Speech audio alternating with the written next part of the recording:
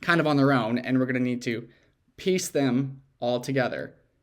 And also, with linking, when we're linking these object files together, we don't have to worry about doing that for the standard library, as that's nicely going to be already done for us.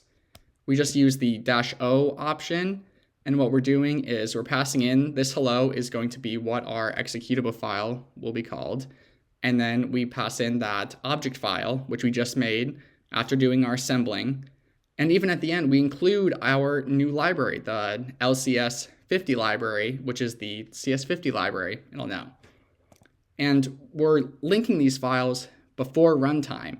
And this is the whole reason why compiled language does not really work across different systems. Like, you can't run a program that was on Windows, on Linux, etc. We can dive more into that later. It's a pretty interesting concept. And again, these object files, they contain machine code, but they have not been linked together yet. So you can think we have a bunch of different object files and we need to piece them together. So we can kind of go back, and you might be wondering now, well, why did we add why did we do pre-processing to begin with? I thought that the pre-processing and the linking them together was done with. No, this is a very important thing to know, is that what we did there is we added source code. Source code is the declaration of our functions and our code, rather than the actual execution, or rather how they're actually run in the end. Again, they're declarations, not the implementation. Think of it as we have a recipe book. This is our source code. But if you can't do anything with it, doesn't matter. We don't have a chef, we can't use that source code if it's not linked all together.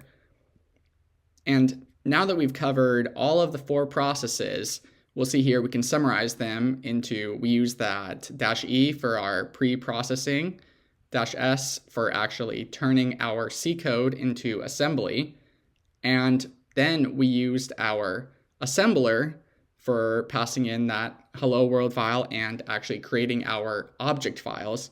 And in the very end, we link our object files together and end up with our executable code. Now, this was a lot to take in, but we'll begin to appreciate some things that are available to us later in the next video, such as the makefile, which will help us automate this entire process.